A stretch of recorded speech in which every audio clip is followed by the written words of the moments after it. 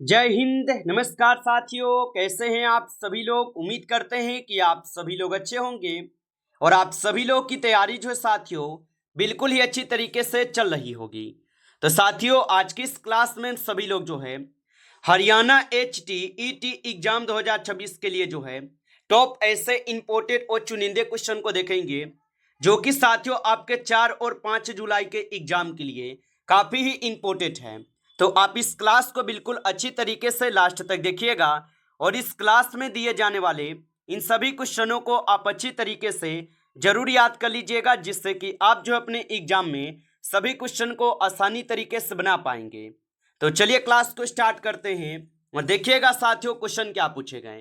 Question पूछा है हरियाणा के किस जिले में शेख चिल्ली का मकबरा जो है स्थित है।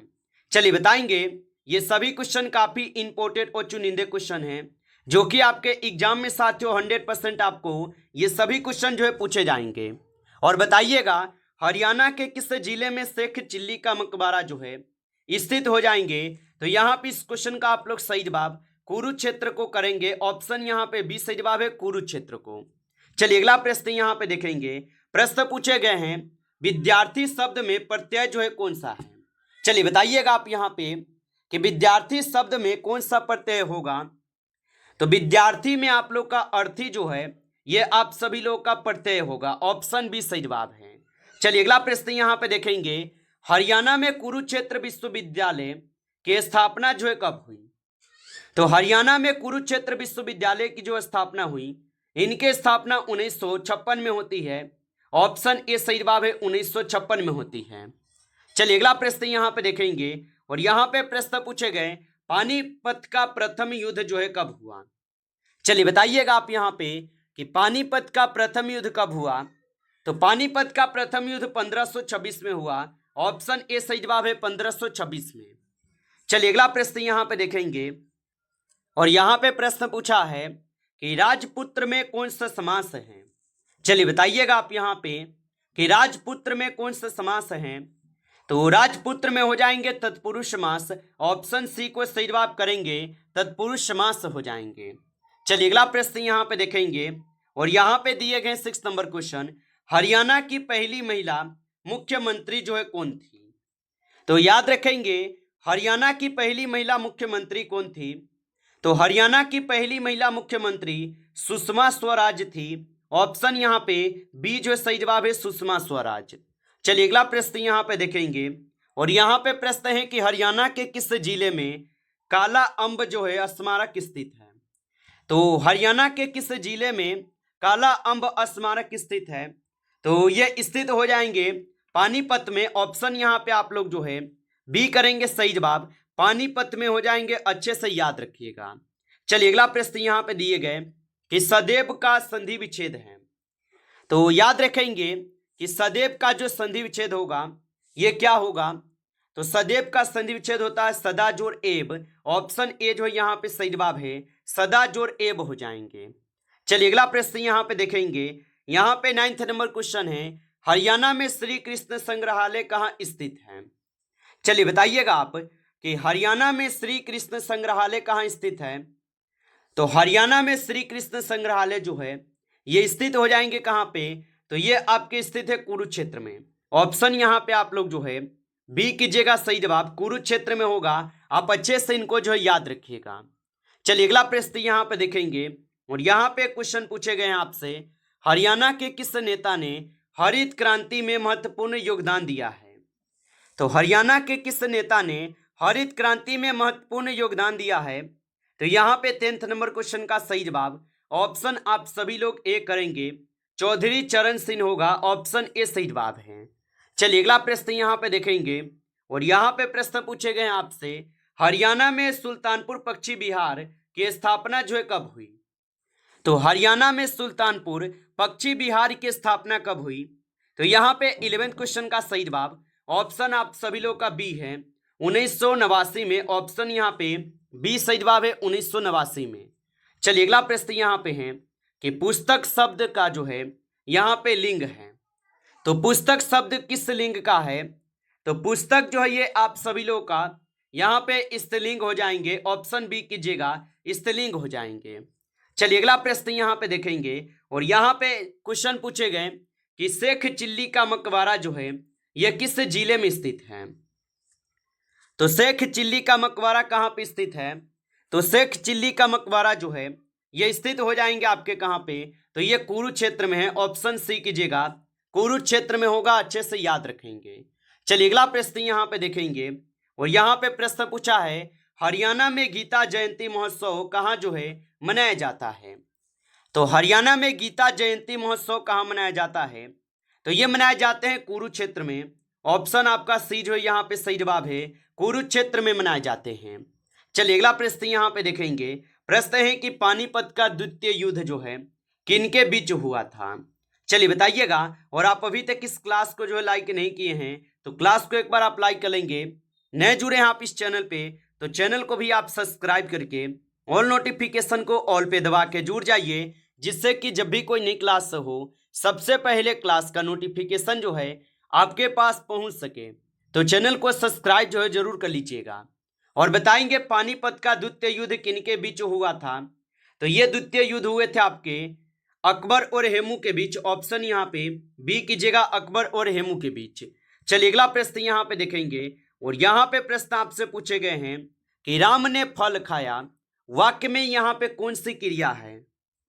तो याद रखेंगे कि राम ने फल खाया वाक्य में कौन सी क्रिया है। तो इसमें खाया जो है ये आप सभी लोग का क्रिया होगा। ऑप्शन डी कीजिएगा सही जवाब। चलिए अगला प्रश्न यहाँ पे देखेंगे और यहाँ पे 70 नंबर क्वेश्चन पूछे गए। क्वेश्चन है कि विश्व पर्यावरण दिवस हर वर्ष जो है ये कब मनाया जाता है। तो विश्व पर्यावरण दिवस हर वर्ष कब मनाए जाते हैं, तो ये मनाए जाते हैं आपके 5 जून को। ऑप्शन ए को सही जवाब करेंगे, 5 जून को मनाए जाते हैं। आप अच्छे से इनको जो याद रखेंगे। चलिए अगला प्रश्न यहाँ पे देखेंगे और यहाँ पे 80 नंबर क्वेश्चन है हरियाणा में इब्राहिम लोदी की कब्र जो है कहाँ स्थित है। तो याद रखेंगे कि हरियाणा में इब्राहिम लोदी की कब्र कहाँ स्थित है। तो यहाँ पे आप 80 नंबर क्वेश्चन का सही जवाब ऑप्शन आप सभी लोग जो है यहाँ पे ए करेंगे, पानीपत में हो जाएगा। ऑप्शन ए सही जवाब है, पानीपत में।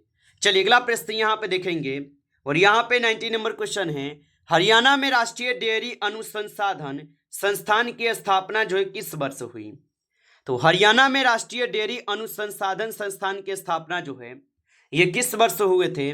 तो इनकी स्थापना होता है 1955 में। ऑप्शन यहाँ पे बी सही जवाब है, 1955 में।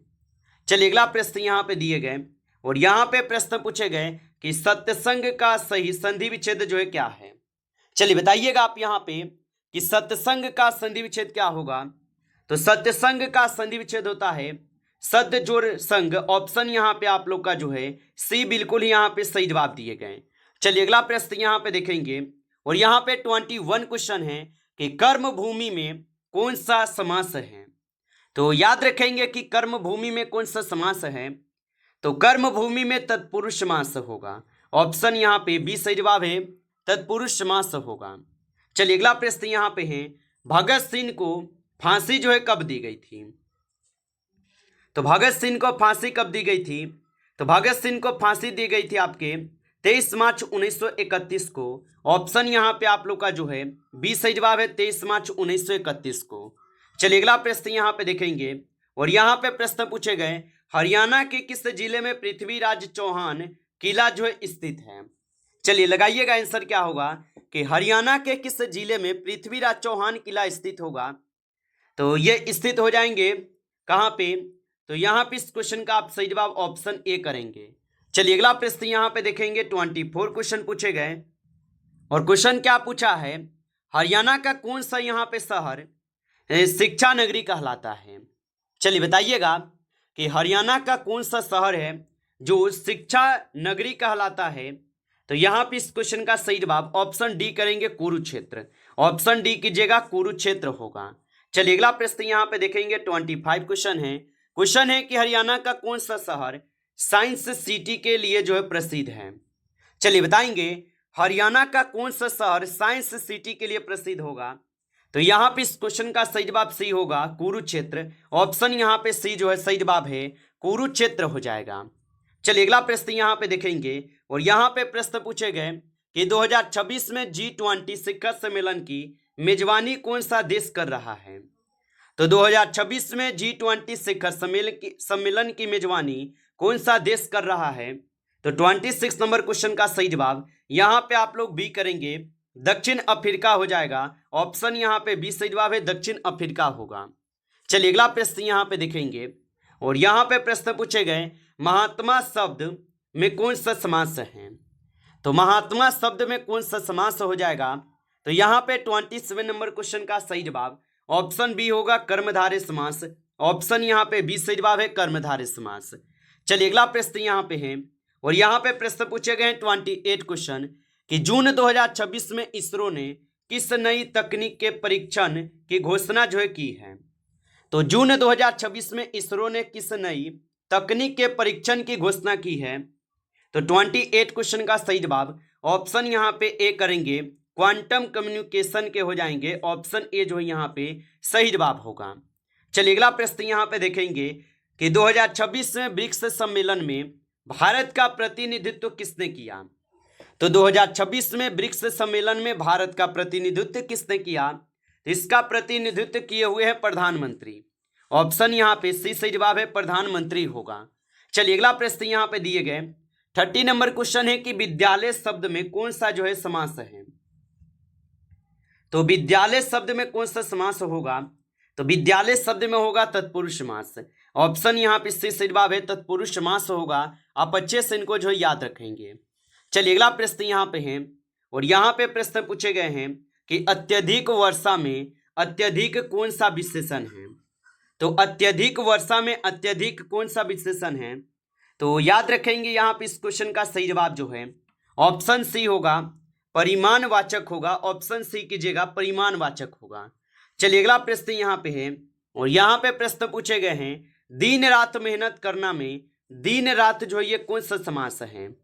तो दिन रात मेहनत करना में दिन रात जो है ये कौन से समास हो जाएंगे? तो याद रख लीजिएगा, ये हो जाएंगे आप सभी लोग का द्वंद्व समास। ऑप्शन आप लोग का जो है सी सही जवाब है, द्वंद्व समास होगा। आप अच्छे से इनको जो है याद रखेंगे। चलिए अगला प्रश्न यहाँ पे देखेंगे, और यहाँ पे प्रश्न पूछे गए महापुरुष शब्द में कौन सा जो है समास है? चलिए बताएंगे कि महापुरुष शब्द में कौन सा समास होगा? तो महापुरुष शब्द में जो है यहाँ पे कर्मधारय समास होगा। ऑप्शन ए सही जवाब है, कर्मधारय समास। चलिए अगला प्रश्न यहाँ पे देखेंगे, और यहाँ पे प्रश्न पूछे गए कि परोपकार शब्द में कौन सा समास है? तो याद रखेंगे परोपकार शब्द में जो है कौन सा समास हो जाएगा? तो इसमें हो जाएंगे तत्पुरुष समास। ऑप्शन ए को सही जवाब करेंगे, तत्पुरुष समास होगा। चलिए अगला प्रश्न यहाँ पे देखेंगे विद्यार्थी शब्द जो है ये किस प्रकार की संज्ञा है? तो विद्यार्थी शब्द किस प्रकार की संज्ञा होगा? तो विद्यार्थी हो जाएंगे आप सभी लोगों का जातिवाचक संज्ञा। ऑप्शन सी सही जवाब है, जातिवाचक संज्ञा हो जाएंगे विद्यार्थी। नमस्कार साथियों, इस क्लास में जो है टॉप 35 क्वेश्चन थे जो काफी इंपॉर्टेंट क्वेश्चन थे ये सभी क्वेश्चन। साथियों यदि आपको क्लास अच्छा लगा हो तो क्लास को लाइक कर लीजिएगा। नए जुड़े हैं आप इस चैनल पे तो चैनल को भी सब्सक्राइब करके ऑल नोटिफिकेशन को भी ऑल पे दबा के जुड़ जाइए, जिससे कि जब भी कोई नई क्लास हो सबसे पहले क्लास का नोटिफिकेशन जो है आपके पास पहुंच सके। तो चैनल को सब्सक्राइब कर लीजिएगा। चलिए फिर मिलते हैं आपसे नेक्स्ट टॉपिक के साथ नेक्स्ट क्लास में। तब तक के लिए जय हिंद, जय भारत।